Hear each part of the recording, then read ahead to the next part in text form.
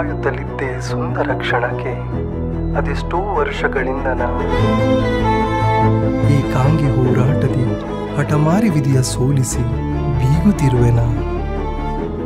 ಮುಸುಕಿನಡಿ ಹಲವರು ನಗುತ್ತಿದ್ದರು ನೋಡಿ ನನ್ನ ಅಸಹಾಯಕತೆಯ. ಈ ನಿರ್ದಯಿ ಸಮಾಜವ ಮೆಟ್ಟಿ ನಿಂತು ಬರೆದಿರುವೆ ನನ್ನ ಸ್ವಂತ ಕಥೆಯ. ಶಾಂತವಾದ ನದಿಯು ಆರ್ಭಟಿಸುವಂತೆ ಭಾಸವಾಗುತ್ತಿತ್ತು ಅಂದು. ಬೋರ್ಗರೆಯುವ ಕಡಲು ಸಂಗೀತ ಮೀಟಿ ಮಂದಹಾಸ ಬೀರುತ್ತಿದೆ ಇಂದು. ಕಾಯುತ್ತಲಿದ್ದೆ ಈ ಸುಂದರ ಕ್ಷಣಕ್ಕೆ ಅದೆಷ್ಟೋ ವರ್ಷಗಳಿಂದನ ಏಕಾಂಗಿ ಹೋರಾಟದಿ ಹಠಮಾರಿ ವಿಧಿಯ ಸೋಲಿಸಿ ಬೀಗುತ್ತಿರುವೆನ.